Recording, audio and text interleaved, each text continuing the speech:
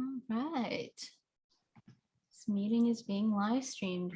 On Facebook. Wonderful. Awesome. So welcome, influential leaders and executives. This is our weekly EQ Leaders Pause. So this is your time to check in with us, stop, pause, and take in new perspectives. So we're dealing with challenging, complex leadership challenges every week, different topics. If you have a topic that you'd like us to talk about, please let us know. I'm just a DM away. You can let me know. You can ask me questions at any time. I am choosing the conversations, the topics based on what's going on. So what clients are asking me about, what you guys are asking me behind the scenes, that's what I'm bringing to you. So the more you can talk to me, the more I can give you more of what you need. So if you want your needs met, talk to me is the best way to get that done. Ask me questions. And today's conversation is about empathy, but let me hit pause right here and right now to let you know who I am in case we haven't officially met yet and you haven't had a chance to work with me. My name's Melissa. I'm an executive coach and a management consultant. Day in, day out, I work with leaders such as yourself, and I help them with leadership challenges. I help them boost their influence, figure out their strategies. And what's different about me is my approach is very people focused. So I am looking at people, I'm customizing plans, and I'm making sure that you can tackle the challenges in a way that's emotionally intelligent and a way that you can create a win, co-creatively create a win with your team and with your employees. So with me today, I have my own employee, Kelsie-Ann, who's joining me. She is great. She is fantastic that she wants to join me on these lives and bring in the perspective of the employee. So as leaders, you know, we're coming from this place of leadership, our own obligations, the things that we're trying to achieve. And sometimes it's nice to hear from the employees. So Kelsie-Ann, give us a little bit about yourself.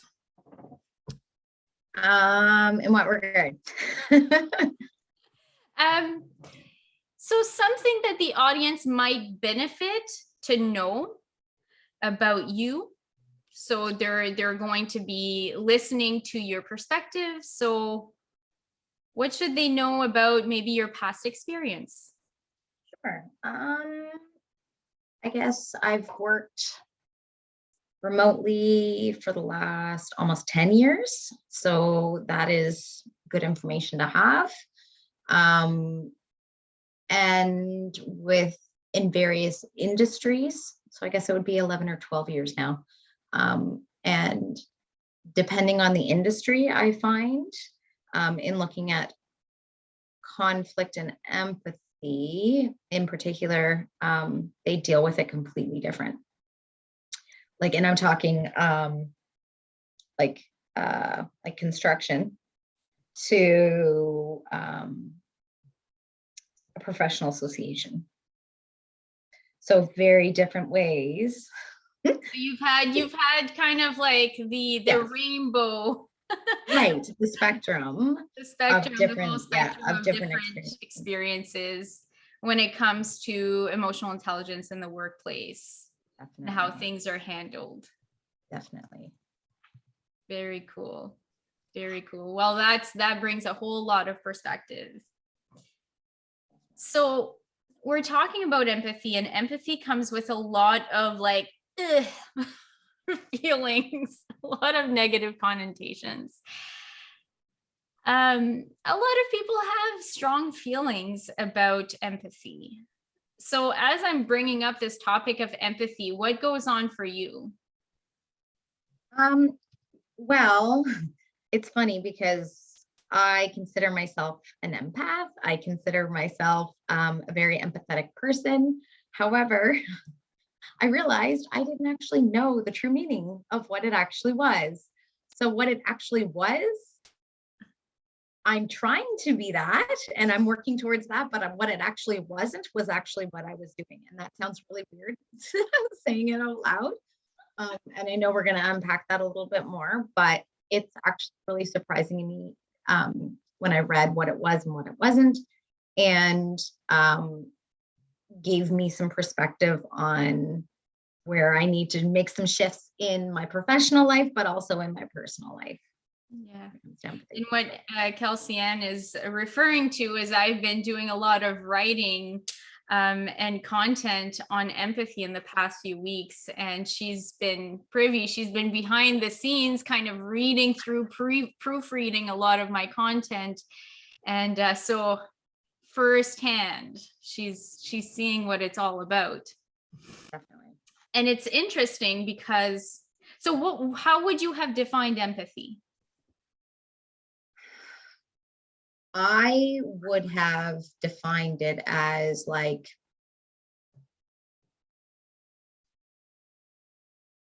almost taking over, like assuming somebody's feelings or like taking responsibility, even though that's not the case.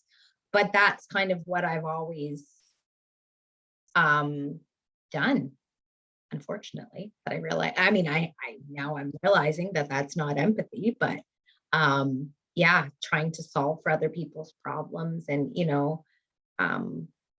a lot of the time I'm there, I'm listening, but I'm trying to respond in a helpful way, when in actuality I should just be listening.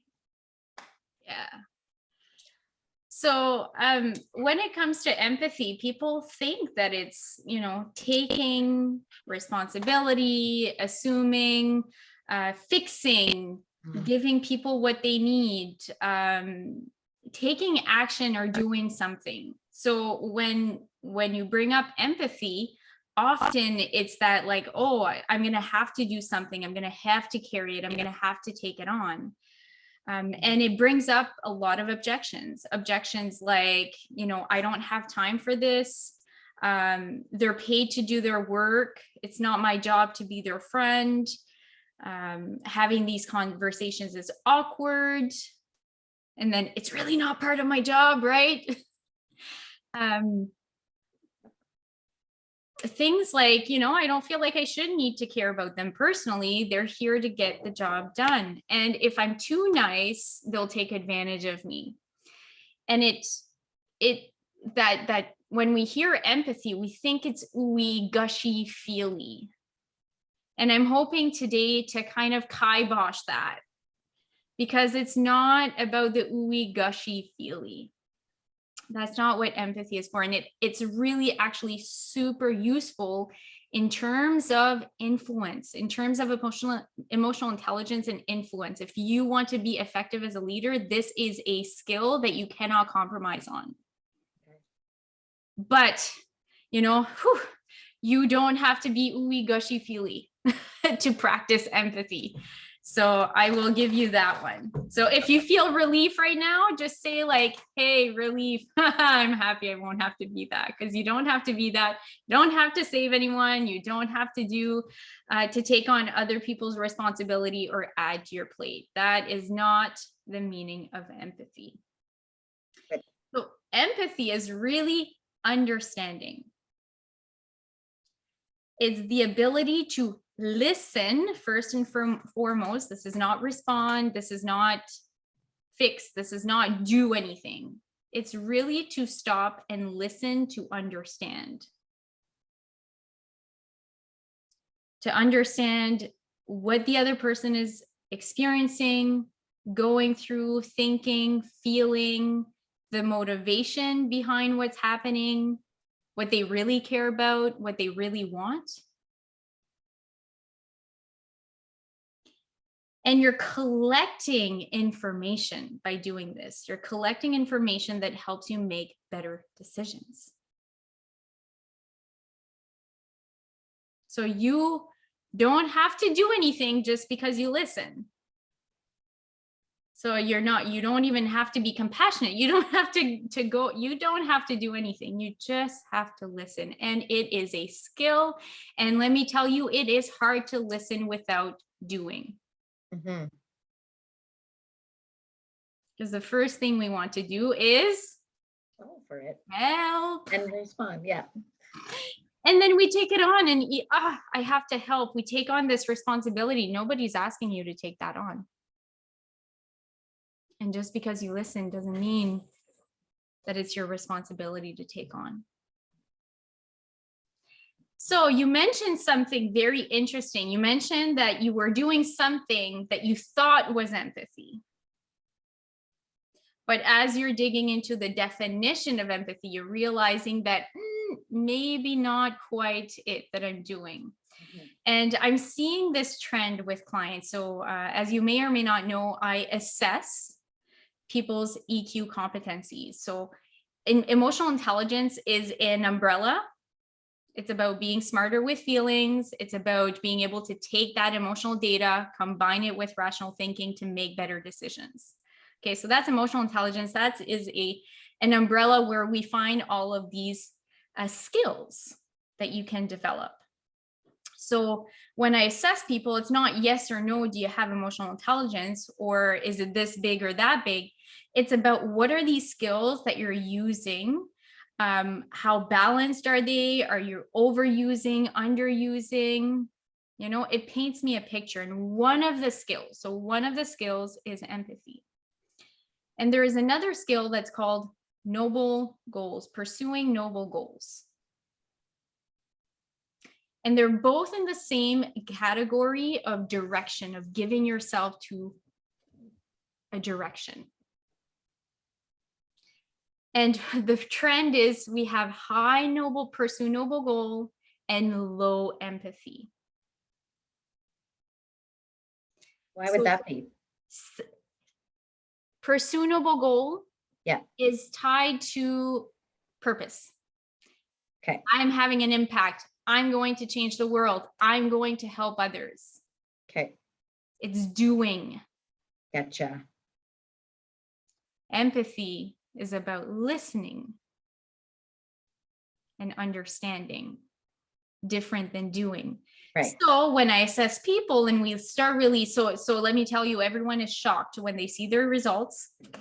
Sometimes they think the thing is rigged and against them, but it's not. You know, you answer your own questions. I don't answer them for you, nor does anybody else. So your scores are from yourself. It's how you answer the questions. So it really comes down to, we want to go do good in the world. We want to help. We want to save. We hear the problem. We want to fix it. Right.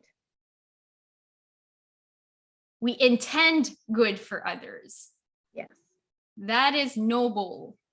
Right. That's not empathy. Right. Is that starting to make sense for you now? Yeah, definitely. So we haven't assessed your scores yet, but I would tend to think that's might be what we see. But now that you have a new definition, yeah, it might be different. just that will start shifting how you approach empathy and start practicing it. Definitely.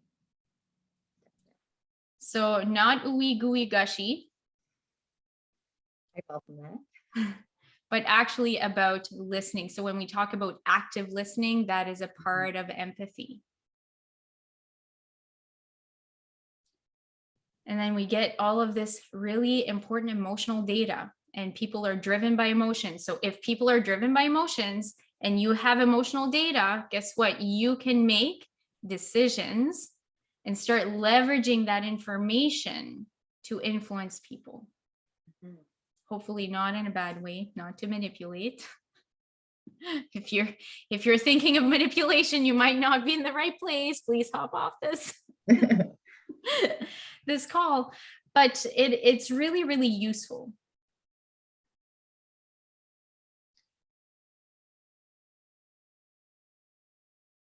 How does it shift as we're talking about it? What's coming up for you?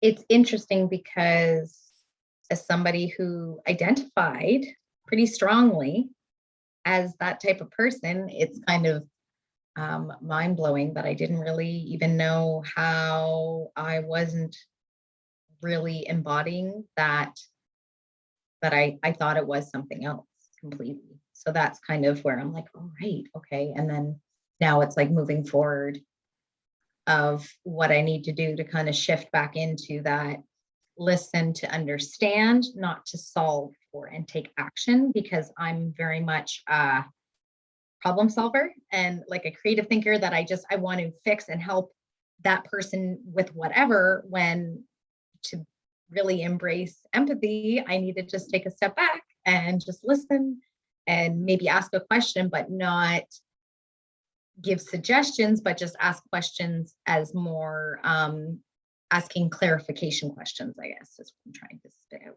Yes. Yeah. Asking questions that help the person reflect And rather get than and me get a better trying to come up with a understanding of what they're solution. saying. Yeah.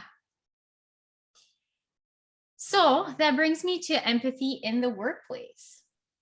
And I ask that question a lot. So if you've been connected with me on Facebook, you see that I ask this all the time.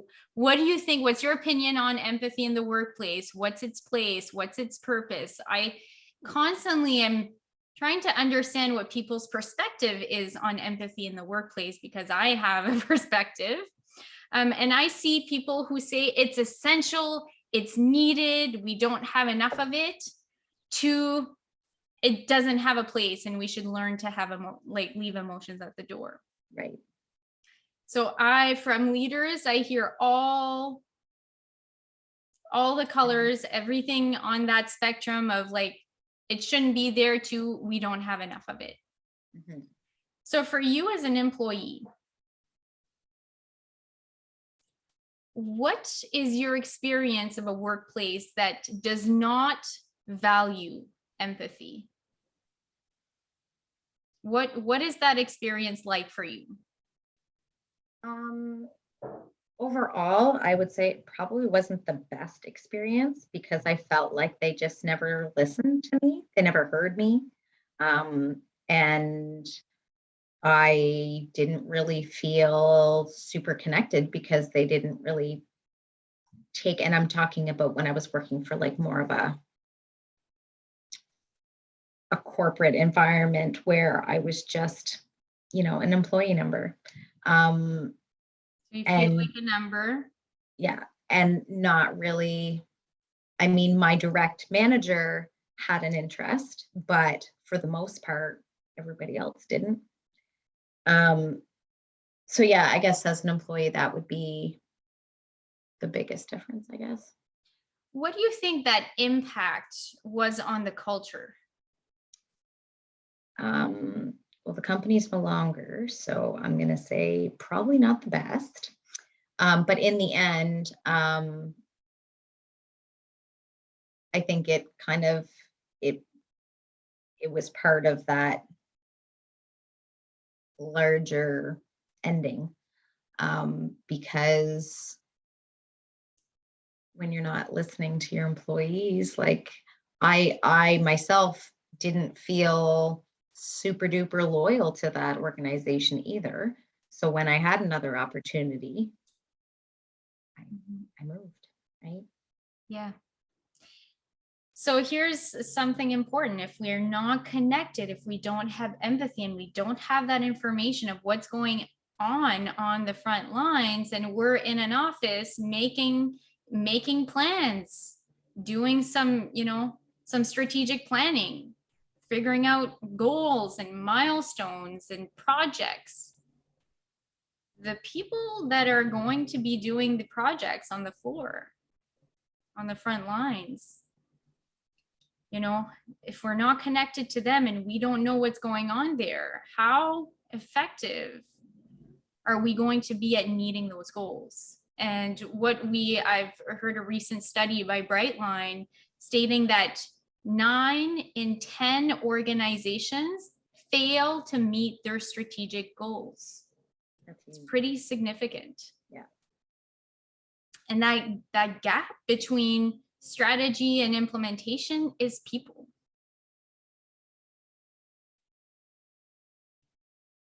Empathy is not ooey gooey. And I think that's the big problem, because you say that and automatically I think, oh, ooey gooey and mushy, and like that does not belong in the workplace, right? That's not stable. We don't want that there.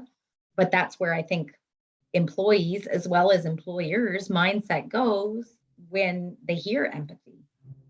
So I'm glad that you're doing the work to clarify what empathy actually means and what it doesn't mean, because I know myself, it's really helped me clarify what it is in my own head.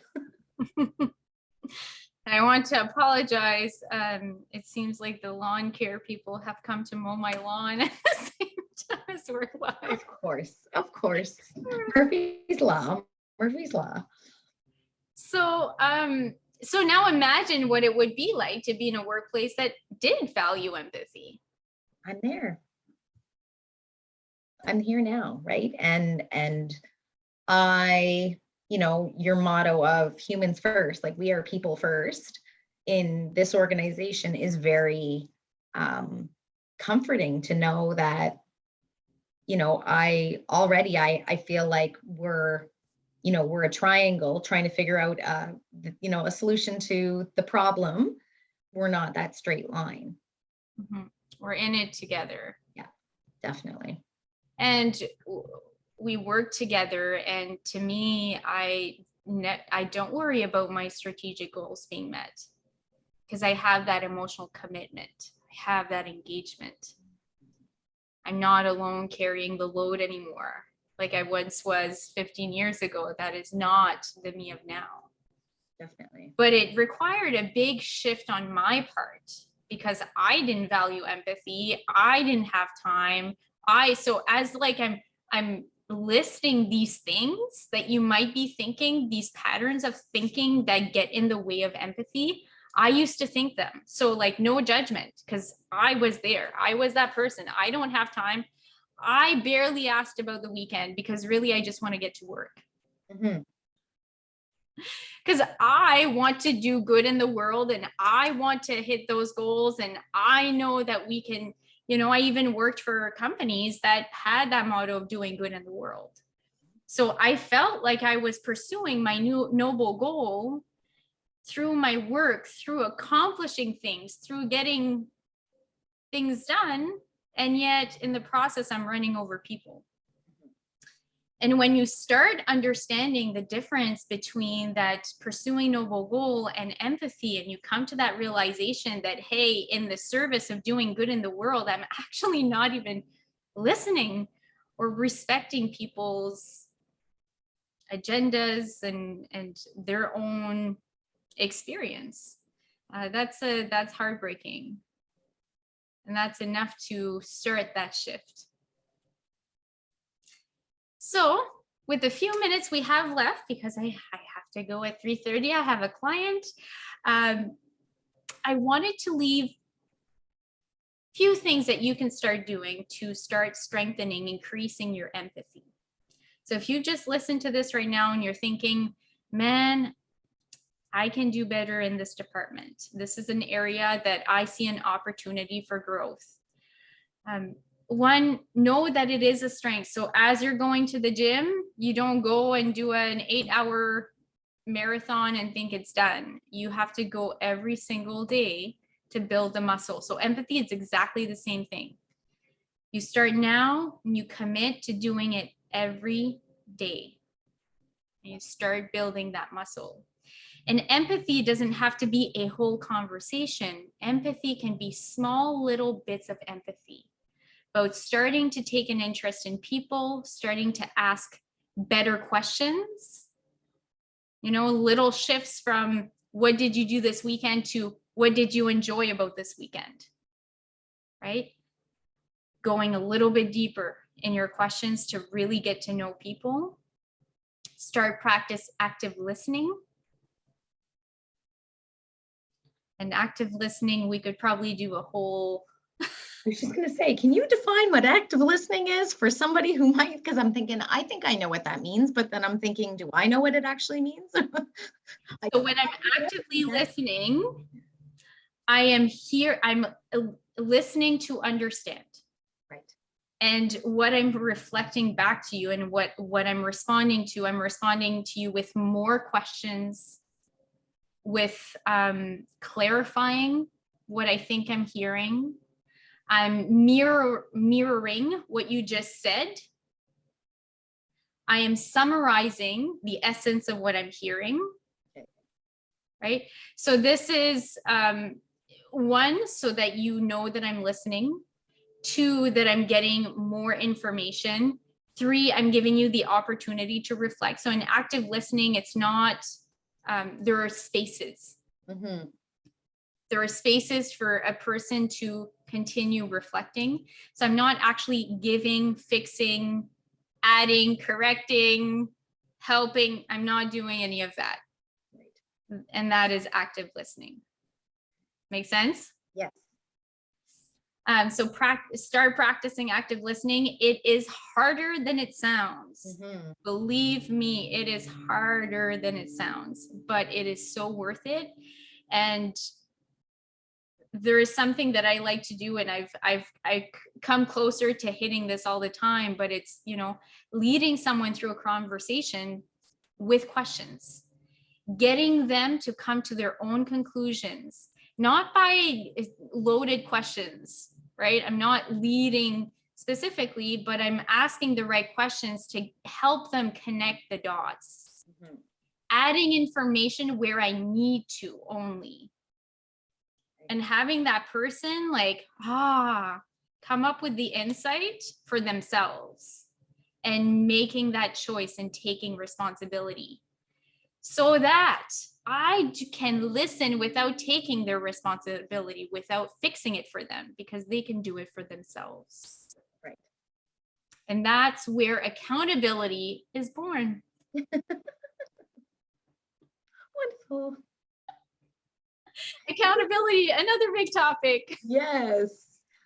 So if you are listening here today, say hi, #replay if you're watching on the replay. Let us know what you loved, what you're taking away from this video. I want to come to you and bring more of these topics every week.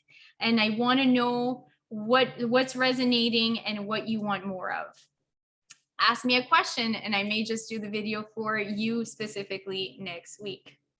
So thank you everyone for joining, and I will see you next Tuesday at 2 p.m. Eastern. Bye. Bye.